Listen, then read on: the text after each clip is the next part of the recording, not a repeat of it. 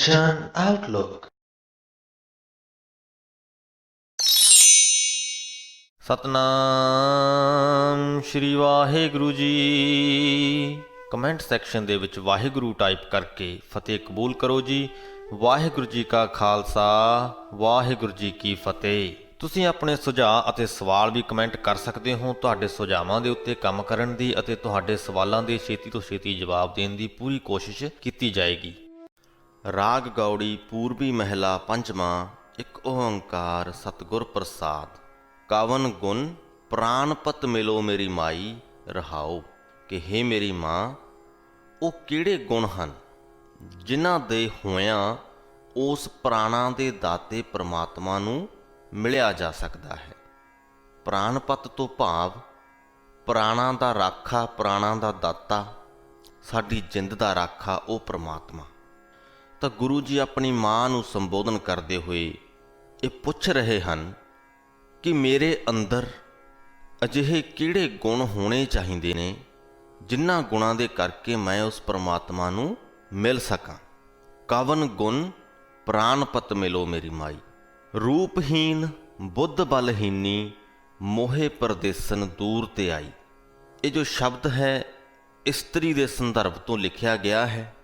ਤਾਂ ਗੁਰੂ ਜੀ ਕਹਿੰਦੇ ਹਨ ਕਿ ਮੈਂ ਰੂਪਹੀਨ ਹਾਂ, ਕਿ ਨਾ ਤੇ ਮੈਂ ਬਹੁਤਾ ਸੁੰਦਰ ਹਾਂ, ਬੁੱਧ ਬਲਹੀਨੀ ਕਿ ਮੇਰੇ ਕੋਲ ਬੁੱਧੀ ਵੀ ਨਹੀਂ ਹੈ, ਆਤਮਕ ਤਾਕਤ ਵੀ ਨਹੀਂ ਹੈ। ਮੋਹੇ ਪਰਦੇਸਨ ਦੂਰ ਤੇ ਆਈ ਭਾਵ ਕਿ ਅਨੇਕਾਂ ਜੂਨਾਂ ਨੂੰ ਹੰਢਾ ਕੇ ਮੈਂ ਇਸ ਮਨੁੱਖੀ ਜੂਨ ਦੇ ਵਿੱਚ ਆਈ ਹਾਂ। ਅਸਲ ਦੇ ਵਿੱਚ ਇਸ ਸ਼ਬਦ ਨੂੰ ਪੜ੍ਹਨ ਵੇਲੇ ਸਾਨੂੰ ਇਹ ਮਹਿਸੂਸ ਕਰਨਾ ਚਾਹੀਦਾ ਹੈ ਕਿ ਜੋ ਸਾਡੀ ਜਿੰਦ ਹੈ, ਸਾਡੇ ਅੰਦਰ ਜੋ ਆਤਮਾ ਹੈ, ਉਹ ਇਹ ਗੱਲ ਬੋਲ ਰਹੀ ਹੈ। ਸਰੀਰ ਦੀ ਗੱਲ ਨਹੀਂ ਹੋ ਰਹੀ, ਆਤਮਾ ਦੀ ਗੱਲ ਹੋ ਰਹੀ ਹੈ ਕਿ ਰੂਪਹੀਨ ਬੁੱਧ ਬਲਹੀਨੀ ਮੋਹੇ ਪਰਦੇਸਨ ਦੂਰ ਤੇ ਆਈ। ਕਿ ਨਾ ਹੀ ਤਾਂ ਮੇਰੇ ਕੋਲ ਆਤਮਕ ਰੂਪ ਹੈ ਤੇ ਨਾ ਹੀ ਮੇਰੇ ਕੋਲ ਆਤਮਕ ਬੁੱਧੀ ਹੈ, ਤੇ ਉੱਪਰੋਂ ਮੈਂ ਹਾਂ ਪਰਦੇਸਨ। ਬਹੁਤ ਸਾਰੇ ਦੇਸ਼ਾਂ ਦੇ ਵਿੱਚੋਂ ਲੰਘ ਕੇ ਇੱਥੇ ਆਈ ਹਾਂ, ਬਹੁਤ ਸਾਰੀਆਂ ਜੂਨਾਂ ਹੰਢਾ ਕੇ ਇਹ ਮਨੁੱਖੀ ਜੂਨੀ ਮੈਨੂੰ ਮਿਲੀ ਹੈ। ਨਾਹਿਨ ਦਰਬ ਨਾ ਜੋਬਨ ਮਾਤੀ ਮੋਹੇ ਅਨਾਥ ਕੀ ਕਰੋ ਸਮਾਈ। ਦਰਬ ਤੋਂ ਭਾਵ ਧਨ, ਕਿ ਨਾ ਮੇਰੇ ਕੋਲ ਧਨ ਹੈ ਤੇ ਨਾ ਹੀ ਮੇਰੇ ਕੋਲ ਜੋਬਨ ਹੈ, ਜਵਾਨੀ ਹੈ। ਇਸ ਕਰਕੇ ਹੇ ਪ੍ਰਮਾਤਮਾ, ਤੇਰੇ ਅੱਗੇ ਅਰਦਾਸ ਹੈ ਕਿ ਮੇਰੀ ਅਨਾਥ ਦੀ ਤੂੰ ਸਾਂਭ ਸੰਭਾਲ ਕਰ। ਖੋਜਤ ਖੋਜਤ ਭਈ ਬੈਰਾਗਨ ਪ੍ਰਭ ਦਰਸ਼ਨ ਕੋ ਹਉ ਫਿਰਤ ਤਿਸਾਈ। ਕਿ ਉਸ ਪ੍ਰਮਾਤਮਾ ਦੇ ਦਰਸ਼ਨਾਂ ਦੇ ਵਾਸਤੇ ਮੈਂ ਤਿਹਾਈ ਹਾਂ। ਪ੍ਰਭ ਦਰਸ਼ਨ ਕੋ ਹਉ ਫਿਰਤ ਤਿਸਾਈ। ਤਿਸਾਈ ਤੋਂ ਭਾਵ ਤਿਹਾਈ। ਖੋਜਤ ਖੋਜਤ ਭਈ ਬੈਰਾਗਨ, ਤੇ ਉਹਨੂੰ ਲੱਭਦੇ ਲੱਭਦੇ ਮੈਂ ਕਮਲੀ ਹੋਈ ਪਈ ਹਾਂ। ਦੀਨ ਦਇਆਲ ਕਿਰਪਾਲ ਪ੍ਰਭ ਨਾਨਕ ਸਾਧ ਸੰਗ ਮੇਰੀ ਜਲਨ ਬੁਝਾਈ। ਹੇ ਨਾਨਕ, ਦੀਨਾਂ ਦੇ ਉੱਤੇ ਦਇਆ ਕਰਨ ਵਾਲੇ ਅਤੇ ਕਿਰਪਾ ਦੇ ਘਰ ਪ੍ਰਮਾਤਮਾ ਨੇ ਮੈਨੂੰ ਸਾਧ ਸੰਗਤ ਬਖਸ਼ ਕੇ, ਸਾਧ ਸੰਗਤ ਦੇ ਵਿੱਚ ਮੈਨੂੰ ਜੋੜ ਕੇ ਮੇਰੀ ਜੋ ਜਲਨ ਸੀ, ਜੋ ਵਿਛੋੜੇ ਦੀ ਜਲਨ ਮੇਰੇ ਅੰਦਰ ਸੀ, ਉਸ ਪ੍ਰਮਾਤਮਾ ਦੇ ਨਾਲੋਂ ਵਿਛੋੜੇ ਦੀ ਜਲਨ ਉਹ ਬੁਝਾ ਦਿੱਤੀ ਹੈ। ਗੌੜੀ ਮਹਿਲਾ ਪੰਜਵਾਂ। ਪ੍ਰਭ ਮਿਲਬੇ ਕਉ ਪ੍ਰੀਤ ਮਨ ਲਾਗੀ ਪਾਏ ਲੱਗੋ ਮੋਹਿ ਕਰੋ ਬੇਨਤੀ ਕੋਊ ਸੰਤ ਮਿਲੈ ਵਡ ਭਾਗੀ ਰਹਾਓ। ਕਿ ਉਸ ਪ੍ਰਮਾਤਮਾ ਨੂੰ ਮਿਲਣ ਦੀ ਮੇਰੇ ਮਨ ਦੇ ਵਿੱਚ ਪ੍ਰੀਤ ਲੱਗ ਗਈ ਹੈ। ਪ੍ਰਭ ਮਿਲਬੇ ਕਉ ਪ੍ਰੀਤ ਮਨ ਲਾਗੀ ਪਾਏ ਲੱਗੋ ਮੋਹਿ ਕਰੋ ਬੇਨਤੀ ਕੋਊ ਸੰਤ ਮਿਲੈ ਵਡ ਭਾਗੀ। ਕਿ ਕੋਈ ਵੱਡੇ ਭਾਗਾਂ ਵਾਲਾ ਸੰਤ ਮੈਨੂੰ ਮਿਲ ਜਾਵੇ ਤਾਂ ਮੈਂ ਉਹਦੇ ਪੈਰੀਂ ਲੱਗ ਜਾਵਾਂ ਤੇ ਉਹਦੇ ਅੱਗੇ ਬੇਨਤੀ ਕਰਾਂ ਕਿ ਮੇਰੀ ਪ੍ਰਮਾਤਮਾ ਦੇ ਨਾਲ ਸਾਂਝ ਪਵਾ ਦੇ, ਮੈਨੂੰ ਉਸ ਪ੍ਰਮਾਤਮਾ ਦੇ ਨਾਲ ਮਿਲਾ ਦੇ, ਮੈਨੂੰ ਉਸ ਪ੍ਰਮਾਤਮਾ ਦੇ ਦਰਸ਼ਨ ਕਰਵਾ ਦੇ। ਮਨ ਅਰਪੋ ਧਨ ਰਾਖੋ ਆਗੈ ਮਨ ਕੀ ਮਤ ਮੋਹਿ ਸਗਲ ਤਿਆਗੀ। ਜੋ ਪ੍ਰਭ ਕੀ ਹਰ ਕਥਾ ਸੁਣਾਵੈ ਅਨੰਦਨ ਫਿਰੋ ਤਿਸ ਪਿੱਛੇ ਬਿਰਾਗੀ। ਕਿ ਜਿਹੜਾ ਮਨੁੱਖ, ਜਿਹੜਾ ਗੁਰੂ, ਜਿਹੜਾ ਸੰਤ ਮੈਨੂੰ ਉਸ ਪ੍ਰਮਾਤਮਾ ਦੀ ਸਿਫਤ ਸਲਾਹ ਦੀ ਬਾਣੀ ਸੁਣਾਉਂਦਾ ਰਹੇ, ਮੈਂ ਹਰ ਵੇਲੇ ਉਸ ਦੇ ਪਿੱਛੇ ਪਿੱਛੇ ਪ੍ਰੇਮ ਦੇ ਵਿੱਚ ਕਮਲੀ ਹੋਈ ਫਿਰਦੀ ਰਹਾਂ। ਅਨ ਦਿਨ ਫਿਰੋ ਤਿਸ ਪਿੱਛੇ ਵਿਰਾਗੀ। ਮਨ ਅਰਪੋ ਧਨ ਰਾਖੋ ਆਗੇ। ਮੈਂ ਆਪਣਾ ਮਨ ਉਸ ਗੁਰੂ ਦੇ ਅੱਗੇ ਅਰਪਿਤ ਕਰ ਦਿਆਂ, ਮੈਂ ਆਪਣਾ ਸਾਰਾ ਧਨ ਦੌਲਤ ਉਹਦੇ ਅੱਗੇ ਰੱਖ ਦਿਆਂ। ਮਨ ਕੀ ਮਤ ਮੋਹੇ ਸਗਲ ਤਿਆਗੀ, ਤੇ ਆਪਣੇ ਮਨ ਦੀਆਂ ਜੋ ਚਤੁਰਾਈਆਂ ਨੇ ਉਹ ਵੀ ਛੱਡ ਦੇਵਾਂ। ਮੈਂ ਇਹ ਸਭ ਕੁਝ ਕਰਨ ਨੂੰ ਤਿਆਰ ਹਾਂ, ਬਸ ਉਹ ਗੁਰੂ ਮੈਨੂੰ ਉਸ ਪਰਮਾਤਮਾ ਦੀ ਸਿਫਤ ਸਲਾਹ ਦੀ ਬਾਣੀ ਸੁਣਾਉਂਦਾ ਰਹੇ। ਪੂਰਵ ਕਰਮ ਅੰਕੁਰ ਜਬ ਪ੍ਰਗਟੇ, ਭੇਟਿਓ ਪੁਰਖ ਰਸਕ ਬੈਰਾਗੀ। ਜਦੋਂ ਸਾਡੇ ਪੂਰਬਲੇ ਕੀਤੇ ਹੋਏ ਕਰਮਾਂ ਦਾ ਚੰਗਾ ਬੀਜ ਸਾਡੇ ਮਨ ਦੇ ਵਿੱਚ ਉੱਗਰ ਪੈਂਦਾ ਹੈ, ਉਦੋਂ ਸਾਨੂੰ ਉਹ ਪਰਮਾਤਮਾ ਮਿਲ ਪੈਂਦਾ ਹੈ। ਅਸੀਂ ਆਪਣੀ ਜ਼ਿੰਦਗੀ ਦੇ ਹਰ ਪਲ ਆਪਣੇ ਮਨ ਦੇ ਵਿੱਚ ਕੋਈ ਨਾ ਕੋਈ ਬੀਜ ਬੋ ਰਹੇ ਹਾਂ, ਚੰਗਾ ਚਾਹੇ ਮਾੜਾ। ਤੇ ਜਿਹੜਾ ਅੱਜ ਅਸੀਂ ਬੋ ਲਿਆ ਉਹਨੇ ਕੱਲ੍ਹ ਨੂੰ ਬੂਟਾ ਬਣਨਾ ਹੈ। ਜੇ ਅੱਜ ਚੰਗਾ ਬੀਜ ਬੋਵਾਂਗੇ ਤਾਂ ਬੂਟਾ ਚੰਗਾ ਉਗਰਾਏਗਾ, ਜੇ ਕੋਈ ਮਾੜਾ ਬੀਜਾਂਗੇ ਤਾਂ ਬੂਟਾ ਮਾੜਾ ਉਗਰਾਏਗਾ। ਸਾਡਾ ਜੋ ਮਨ ਹੈ ਇਹ ਵੀ ਬਿਲਕੁਲ ਜ਼ਮੀਨ ਦੀ ਤਰ੍ਹਾਂ ਹੀ ਹੈ, ਜਿੱਥੇ ਕਿ ਚੰਗੇ ਬੀਜ ਸਾਨੂੰ ਬੀਜਣੇ ਪੈਂਦੇ ਨੇ ਚੰਗੀ ਫਸਲ ਕੱਟਣ ਦੇ ਲਈ, ਪਰ ਨਾਲ ਦੀ ਨਾਲ ਜੋ ਮਾੜੇ ਬੀਜ ਨੇ ਉਹ ਆਪਣੇ ਆਪ ਹੀ ਬੋਏ ਰਹਿੰਦੇ ਨੇ। ਜੇ ਅਸੀਂ ਜ਼ਮੀਨ ਦੇ ਵਿੱਚ ਕੁਝ ਵੀ ਨਾ ਬੀਜੀਏ ਤਾਂ ਕੱਖ ਕੰਡੇ ਤੇ ਆਪਣੇ ਆਪ ਹੀ ਹੋ ਜਾਂਦੇ ਨੇ। ਤਾਂ ਉਹੀ ਹਾਲ ਸਾਡੇ ਮਨ ਦਾ ਹੈ। ਜਦ ਤੱਕ ਅਸੀਂ ਇਹਨੂੰ ਖੁੱਲ੍ਹਾ ਛੱਡ ਰੱਖਿਆ ਹੈ ਤਾਂ ਕੱਖ ਕੰਡੇ ਮਾੜੀਆਂ ਸੋਚਾਂ ਸਾਡੇ ਮਨ ਦੇ ਵਿੱਚ ਆਪਣੇ ਆਪ ਹੀ ਬੀਜੀਆਂ ਰਹਿੰਦੀਆਂ ਨੇ। ਤੇ ਜਦੋਂ ਅਸੀਂ ਇੱਕ ਚਤੰਨ ਤੌਰ ਤੇ ਕੋਸ਼ਿਸ਼ ਕਰਦੇ ਹਾਂ ਆਪਣੇ ਮਨ ਦੀ ਜ਼ਮੀਨ ਦੇ ਵਿੱਚ ਕੁਝ ਚੰਗਾ ਬੀਜਣ ਦੀ, ਤਾਂ ਬੀਜਣ ਦੇ ਲਈ ਪਹਿਲਾਂ ਹਲ ਵਾਹੁਣਾ ਪੈਂਦਾ ਹੈ। ਜੋ ਕੱਖ ਕੰਡੇ ਨੇ ਉਹਨਾਂ ਨੂੰ ਦੂਰ ਕਰਨਾ ਪੈਂਦਾ ਹੈ। ਤਾਂ ਉਹ ਬੀਜਣ ਦੀ ਪ੍ਰਕਿਰਿਆ ਦੇ ਵਿੱਚ ਅਸੀਂ ਆਪਣੇ ਮਨ ਤੋਂ ਜੋ ਮਾੜੀਆਂ ਸੋਚਾਂ ਨੇ ਉਹਨਾਂ ਨੂੰ ਦੂਰ ਕਰ ਲੈਂਦੇ ਹਾਂ। ਇਹ ਨਹੀਂ ਹੈ ਕਿ ਇੱਕ ਵਾਰ ਜਦ ਅਸੀਂ ਫਸਲ ਬੀਜਤੀ ਤਾਂ ਕੱਖ ਕੰਡੇ ਨਹੀਂ ਹੁੰਦੇ, ਜ਼ਰੂਰ ਹੁੰਦੇ ਨੇ, ਪਰ ਸਮੇਂ-ਸਮੇਂ ਸਿਰ ਅਸੀਂ ਗੋਡੀ ਕਰਕੇ ਉਹਨਾਂ ਨੂੰ ਖਤਮ ਕਰਦੇ ਰਹਿੰਦੇ ਹਾਂ। ਜੋ ਚੰਗੀ ਫਸਲ, ਜੋ ਚੰਗਾ ਬੀਜ ਅਸੀਂ ਆਪਣੇ ਮਨ ਦੇ ਵਿੱਚ ਬੀਜਦੇ ਹਾਂ, ਉਹਦੀ ਸੰਭਾਲ ਵੀ ਬਾਅਦ ਦੇ ਵਿੱਚ ਕਰਨੀ ਪੈਂਦੀ ਹੈ। ਇਹ ਨਹੀਂ ਕਿ ਅੱਜ ਅਸੀਂ ਇੱਕ ਚੰਗੀ ਸੋਚ ਮਨ ਦੇ ਵਿੱਚ ਬੀਜ ਦਿੱਤੀ ਤੇ ਬਾਅਦ ਦੇ ਵਿੱਚ ਅਸੀਂ ਸਭ ਕੁਝ ਭੁੱਲ ਜਾਈਏ, ਉਹਨੂੰ ਛੱਡ ਦਈਏ। ਉੱਦਾਂ ਵੀ ਕੋਈ ਫਾਇਦਾ ਨਹੀਂ ਹੋਣਾ, ਕਿਉਂਕਿ ਉਹ ਕੱਖ ਕੰਡੇ ਫਿਰ ਤੋਂ ਉਸ ਫਸਲ ਦੇ ਉੱਤੇ ਭਾਰੂ ਹੋ ਜਾਣਗੇ। ਅੱਜ ਤੁਸੀਂ ਇਹ ਬਾਣੀ ਸੁਣ ਰਹੇ ਹੋ ਤਾਂ ਇੱਕ ਚੰਗਾ ਬੀਜ ਆਪਣੇ ਮਨ ਦੇ ਵਿੱਚ ਬੀਜ ਰਹੇ ਹੋ। ਜੇਕਰ ਇਹਦੇ ਬਾਰੇ ਸੋਚਦੇ ਰਹੋਗੇ ਤਾਂ ਇਹ ਸਮਝ ਲਓ ਕਿ ਉਸ ਬੀਜ ਦੀ ਸਾਂਭ ਸੰਭਾਲ ਵੀ ਕਰਦੇ ਰਹੋਗੇ, ਗੋਡੀ ਕਰਦੇ ਰਹੋਗੇ, ਬਾਣੀ ਨੂੰ ਅੱਗੇ ਵੀ ਸੁਣਦੇ ਰਹੋਗੇ, ਤਾਂ ਉਸ ਫਸਲ ਦੀ ਜਿਹੜੀ ਤੁਸੀਂ ਅੱਜ ਲਾ ਰਹੇ ਹੋ ਜਾਂ ਜਿਹੜੀ ਪਿਛਲੇ ਸਮੇਂ ਤੋਂ ਤੁਸੀਂ ਲਾਉਣੀ ਸ਼ੁਰੂ ਕੀਤੀ ਹੋਈ ਹੈ, ਅੱਜ ਅਸੀਂ 204ਵੇਂ ਅੰਗ ਦੇ ਉੱਤੇ ਪਹੁੰਚ ਗਏ ਹਾਂ। ਤੁਸੀਂ ਪਿਛਲੇ ਸਾਰੇ ਜੋ 203 ਅੰਗ ਹਨ ਉਹਨਾਂ ਦੀ ਵਿਆਖਿਆ ਸੁਣ ਲਈ ਹੈ। ਇਸ ਤੋਂ ਇਲਾਵਾ ਤੁਸੀਂ ਆਪਣੀ ਜ਼ਿੰਦਗੀ ਦੇ ਵਿੱਚ ਪਾਠ ਕਰਦੇ ਆ ਰਹੇ ਹੋ, ਤੁਸੀਂ ਹੋਰਨਾਂ ਪ੍ਰਚਾਰਕਾਂ ਨੂੰ ਸੁਣਦੇ ਆ ਰਹੇ ਹੋ। ਉਹ ਸਭ ਤੁਸੀਂ ਚੰਗੇ ਬੀਜ ਬੀਜੇ ਹੋਏ ਨੇ ਤੇ ਨਾਲ ਨਾਲ ਤੁਸੀਂ ਉਹਨਾਂ ਦੀ ਸਾਂਭ ਸੰਭਾਲ ਵੀ ਕਰਦੇ ਆ ਰਹੇ ਹੋ। ਤੁਸੀਂ ਬੜੀਆਂ ਚੰਗੀਆਂ ਚੀਜ਼ਾਂ ਸਿੱਖੀਆਂ ਹੋਣਗੀਆਂ ਜ਼ਿੰਦਗੀ ਦੇ ਵਿੱਚ, ਪਰ ਅੱਜ ਜੇਕਰ ਤੁਸੀਂ ਇਹ ਸਭ ਕੁਝ ਛੱਡ ਦੇਵੋ ਤਾਂ ਜੋ ਮਾੜੀਆਂ ਸੋਚਾਂ ਜਿਨ੍ਹਾਂ ਨੂੰ ਗੋਡੀ ਕਰਕੇ ਅਸੀਂ ਦਬਾਇਆ ਹੋਇਆ ਹੈ ਉਹ ਫਿਰ ਤੋਂ ਉਤਪੰਨ ਹੋ ਜਾਣਗੀਆਂ। ਸਾਡੀ ਜੋ ਚੰਗੀ ਬੀਜੀ ਹੋਈ ਫਸਲ ਹੈ ਉਹਦੇ ਉੱਪਰ ਦੀ ਭਾਰੂ ਹੋ ਜਾਣਗੀਆਂ। ਸੋ ਚੇਤੇ ਦੇ ਵਿੱਚ ਰੱਖੀਏ ਕਿ ਜੋ ਅਸੀਂ ਆਪਣੇ ਮਨ ਦੇ ਵਿੱਚ ਅੱਜ ਬੀਜ ਰਹੇ ਹਾਂ ਉਹਦਾ ਫਲ ਸਾਨੂੰ ਕੱਲ੍ਹ ਨੂੰ ਜ਼ਰੂਰ ਮਿਲਦਾ ਹੈ। ਪੂਰਵ ਕਰਮ ਅੰਕੁਰ ਜਬ ਪ੍ਰਗਟੇ, ਭੇਟਿਓ ਪੁਰਖ ਰਸਕ ਬੈਰਾਗੀ। ਕਿ ਸਾਡੇ ਬੀਜੇ ਹੋਏ ਕਿਸੇ ਚੰਗੇ ਬੀਜ ਦਾ ਫਲ ਜਦੋਂ ਸਾਨੂੰ ਮਿਲਣਾ ਸ਼ੁਰੂ ਹੋ ਜਾਂਦਾ ਹੈ, ਉਹ ਪ੍ਰਮਾਤਮਾ ਸਾਡੇ 'ਤੇ ਮਿਹਰਬਾਨ ਹੋ ਜਾਂਦਾ ਹੈ। ਉਹ ਰਸਕ ਪ੍ਰਮਾਤਮਾ, ਸਭ ਪ੍ਰਕਾਰ ਦੇ ਰਸਾਂ ਦਾ ਆਨੰਦ ਮਾਣਨ ਵਾਲਾ ਪ੍ਰਮਾਤਮਾ ਸਾਡੇ 'ਤੇ ਮਿਹਰਬਾਨ ਹੋ ਜਾਂਦਾ ਹੈ, ਤਾਂ ਸਾਨੂੰ ਉਹਦੇ ਦਰਸ਼ਨ ਵੀ ਪ੍ਰਾਪਤ ਹੋ ਜਾਂਦੇ ਨੇ। ਮਿਟਿਓ ਅੰਧੇਰ ਮਿਲਤ ਹਰ ਨਾਨਕ, ਜਨਮ ਜਨਮ ਕੀ ਸੋਈ ਜਾਗੀ। ਤੇ ਫਿਰ ਸਾਡੇ ਮਨ ਦੇ ਵਿੱਚ ਉਪਜਿਆ ਹੋਇਆ, ਪਨਪਿਆ ਹੋਇਆ ਮਾਇਆ ਮੋਹ ਦਾ ਹਨੇਰਾ ਦੂਰ ਹੋ ਜਾਂਦਾ ਹੈ। ਜਨਮ ਜਨਮਾਂਤਰਾਂ ਦੇ ਸੁੱਤੇ ਹੋਏ ਅਸੀਂ ਜਾਗ ਪੈਂਦੇ ਹਾਂ। ਗੌੜੀ ਮਹਿਲਾ ਪੰਜਵਾਂ। ਨਿਕਸਰੇ ਪੰਖੀ ਸਿਮਰ ਹਰ ਪਾਂਖ, ਕਿ ਹੇ ਜੀਵ ਪੰਛੀ ਤੂੰ ਮਾਇਆ ਦੇ ਮੋਹ ਦੇ ਆਲਣੇ ਦੇ ਵਿੱਚੋਂ ਬਾਹਰ ਨਿਕਲ।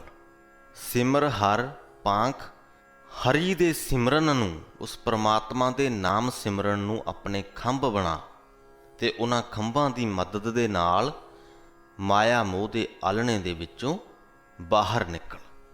ਮਿਲ ਸਾਧੂ ਸਰਨ ਗਉ ਪੂਰਨ, ਰਾਮ ਰਤਨ ਹੀਰੇ ਸੰਗ ਰਾਖ। ਰਹਾਓ। ਗਉ ਤੋਂ ਭਾਵ ਫੜ ਲੈਣਾ ਤੇ ਪੂਰਨ ਤੋਂ ਭਾਵ ਉਹ ਸੰਪੂਰਨ ਪਰਮਾਤਮਾ। ਸਾਧੂਆਂ ਦੀ ਸਰਨ ਦੇ ਵਿੱਚ ਪੈ ਕੇ, ਉਹਨਾਂ ਦੀ ਸੰਗਤ ਦੇ ਵਿੱਚ ਮਿਲ ਕੇ ਉਸ ਸੰਪੂਰਨ ਪਰਮਾਤਮਾ ਦਾ ਆਸਰਾ ਫੜ ਲੈ ਤੇ ਉਹਦੇ ਨਾਮ ਰੂਪੀ ਰਤਨ ਨੂੰ ਆਪਣੇ ਹਿਰਦੇ ਦੇ ਵਿੱਚ ਸਾਂਭ ਕੇ ਰੱਖ। ਭਰਮ ਕੀ ਕੋਈ ਤ੍ਰਿਸ਼ਨਾ ਰਸ ਪੰਕਜ, ਅਤ ਤੀਖਣ ਮੋਹ ਕੀ ਫਾਸ। ਕੋਈ ਤੋਂ ਭਾਵ ਖੂਹੀ ਅਤੇ ਪੰਕਜ ਤੋਂ ਭਾਵ ਚਿੱਕੜ। ਇਹ ਜੋ ਸੰਸਾਰ ਹੈ ਇਹ ਭਟਕਣ ਦੀ ਇੱਕ ਖੂਹੀ ਹੈ, ਭਾਵ ਕਿ ਇਸ ਸੰਸਾਰ ਦੇ ਵਿੱਚ ਬਹੁਤ ਭਟਕਣਾ ਹੈ। ਤ੍ਰਿਸ਼ਨਾਵਾਂ ਦਾ ਰਸ ਉਸ ਖੂਹੀ ਦੇ ਵਿੱਚ ਪਿਆ ਹੋਇਆ ਚਿੱਕੜ ਹੈ, ਜਿਹਦੇ ਵਿੱਚ ਕਿ ਜੀਵ ਫਸਿਆ ਰਹਿੰਦਾ ਹੈ। ਤ੍ਰਿਸ਼ਨਾਵਾਂ ਹੀ ਨਹੀਂ ਮੁੱਕਦੀਆਂ, ਖਤਮ ਹੀ ਨਹੀਂ ਹੁੰਦੀਆਂ। ਇੱਕ ਤ੍ਰਿਸ਼ਨਾ ਨੂੰ ਤ੍ਰਿਪਤ ਕਰਦੇ ਹਾਂ, ਦੂਜੀ ਖੜੀ ਹੋ ਜਾਂਦੀ ਹੈ। ਅਤ ਤੀਖਣ ਮੋਹ ਕੀ ਫਾਸ, ਇਹ ਮਾਇਆ ਮੋਹ ਦੀ ਜੋ ਫਾਹੀ ਹੈ ਬੜੀ ਪੱਕੀ ਹੈ, ਪਰ ਇੰਨੀ ਵੀ ਪੱਕੀ ਨਹੀਂ ਕਿ ਉਸ ਪਰਮਾਤਮਾ ਤੋਂ ਵੀ ਕੱਟੀ ਨਾ ਜਾਵੇ। ਕਾਟਨਹਾਰ ਜਗਤ ਗੁਰ ਗੋਬਿੰਦ, ਚਰਨ ਕਮਲ ਤਾਕੇ ਕਰੋ ਨਿਵਾਸ। ਇਸ ਜਗਤ ਦਾ ਗੁਰੂ ਗੋਬਿੰਦ ਇਸ ਫਾਹੀ ਨੂੰ ਕੱਟਣਹਾਰ ਹੈ, ਕੱਟਣ ਦੇ ਯੋਗ ਹੈ। ਇਸ ਲਈ ਹੇ ਜੀਵ, ਉਸ ਗੋਬਿੰਦ ਦੇ ਚਰਨਾਂ ਕਮਲਾਂ ਦੇ ਵਿੱਚ ਨਿਵਾਸ ਪ੍ਰਾਪਤ ਕਰ। ਕਰ ਕਿਰਪਾ ਗੋਬਿੰਦ ਪ੍ਰਭ ਪ੍ਰੀਤਮ, ਦੀਨਾ ਨਾਥ ਸੁਨੋ ਅਰਦਾਸ। ਕਰ ਗਏ ਲੇਹੋ ਨਾਨਕ ਕੇ ਸੁਆਮੀ, ਜੀਓ ਪਿੰਡ ਸਭ ਤੁਮਰੀ ਰਾਸ। ਇਹਨਾਂ ਦੋਨਾਂ ਹੀ ਪੰਕਤੀਆਂ ਦੇ ਵਿੱਚ ਕਈ ਸਾਰੇ ਸ਼ਬਦਾਂ ਦੇ ਨਾਲ ਉਸ ਪਰਮਾਤਮਾ ਨੂੰ ਸੰਬੋਧਨ ਕੀਤਾ ਗਿਆ ਹੈ। ਗੋਬਿੰਦ, ਪ੍ਰਭ ਪ੍ਰੀਤਮ, ਦੀਨਾਨਾਥ ਤੇ ਨਾਨਕ ਕੇ ਸੁਆਮੀ, ਮੇਰੇ ਉੱਪਰ ਕਿਰਪਾ ਕਰ, ਮੇਰੀ ਅਰਦਾਸ ਸੁਣ ਕਿ ਹੇ ਗੋਬਿੰਦ, ਹੇ ਪ੍ਰੀਤਮ ਪ੍ਰਭੂ, ਹੇ ਗਰੀਬਾਂ ਦੇ ਮਾਲਕ, ਹੇ ਨਾਨਕ ਦੇ ਸੁਆਮੀ, ਮਿਹਰ ਕਰ, ਕਿਰਪਾ ਕਰ ਮੇਰੇ ਤੇ, ਮੇਰੀ ਬੇਨਤੀ ਸੁਣ, ਮੇਰਾ ਹੱਥ ਫੜ ਲੈ ਤੇ ਹੱਥ ਫੜ ਕੇ ਮੈਨੂੰ ਇਸ ਸੰਸਾਰ ਰੂਪੀ ਭਟਕਣਾ ਦੀ ਖੂਹੀ ਦੇ ਵਿੱਚੋਂ ਬਾਹਰ ਕੱਢ ਲੈ। ਮੇਰੀ ਇਹ ਜਿੰਦ ਤੇ ਮੇਰਾ ਇਹ ਸਰੀਰ ਤੇਰੀ ਹੀ ਬਖਸ਼ੀ ਹੋਈ ਰਾਸ ਪੂੰਜੀ ਹੈ। ਗੌੜੀ ਮਹਿਲਾ ਪੰਜਵਾਂ। ਹਰ ਪੇਖਨ ਕਉ ਸਿਮਰਤ ਮਨ ਮੇਰਾ, ਆਸ ਪਿਆਸੀ ਚਿਤ ਬਹੁ ਦਿਨ ਰੈਣੀ, ਹੈ ਕੋਈ ਸੰਤ ਮਿਲਾਵੈ ਨੇਰਾ। ਰਹਾਓ। ਉਸ ਪਰਮਾਤਮਾ ਦੇ ਦਰਸ਼ਨ ਪ੍ਰਾਪਤ ਕਰਨ ਦੇ ਲਈ ਮੇਰਾ ਮਨ ਸਦਾ ਉਸ ਪਰਮਾਤਮਾ ਦਾ ਸਿਮਰਨ ਕਰਦਾ ਰਹਿੰਦਾ ਹੈ।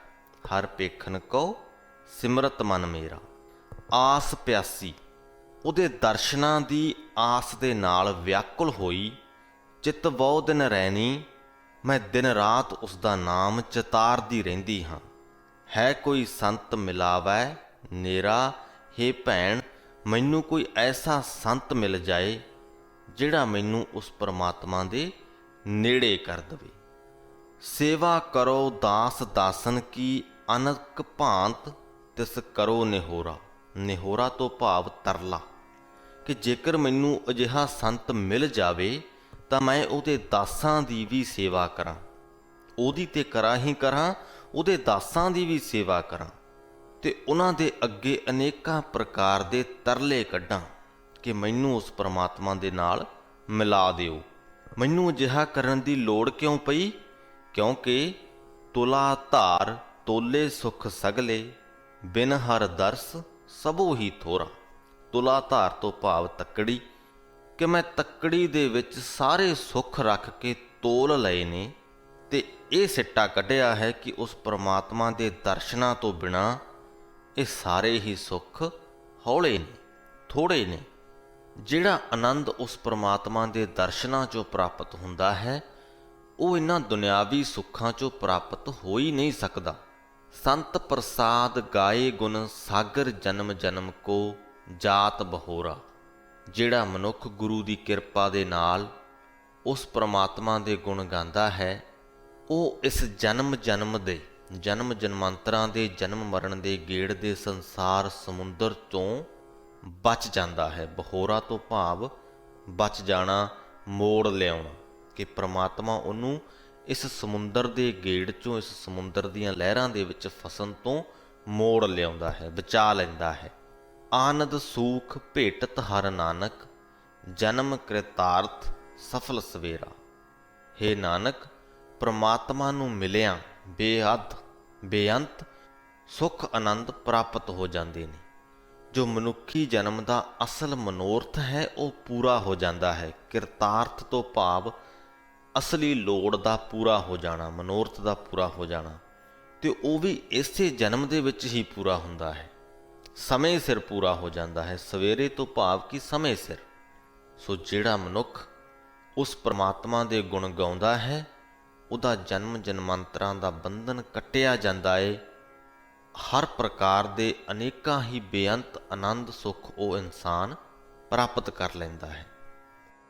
ਸੋ ਇਸ ਦੇ ਨਾਲ ਹੀ ਸ੍ਰੀ ਗੁਰੂ ਗ੍ਰੰਥ ਸਾਹਿਬ ਜੀ ਦੇ 204 ਅੰਗ ਦੀ ਬਾਣੀ ਦੀ ਵਿਆਖਿਆ ਦੀ ਸਮਾਪਤੀ ਹੁੰਦੀ ਹੈ ਜੀ।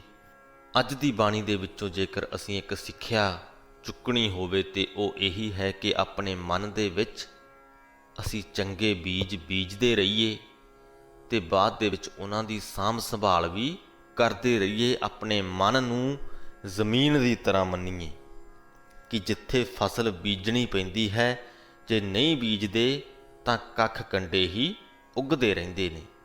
ਤੇ ਫਿਰ ਗੱਲ ਸਿਰਫ ਬੀਜਣ ਤੇ ਖਤਮ ਨਹੀਂ ਹੋ ਜਾਂਦੀ, ਬਾਅਦ ਦੇ ਵਿੱਚ ਉਹਦੀ ਸਾਂਭ ਸੰਭਾਲ ਵੀ ਕਰਨੀ ਪੈਂਦੀ ਹੈ।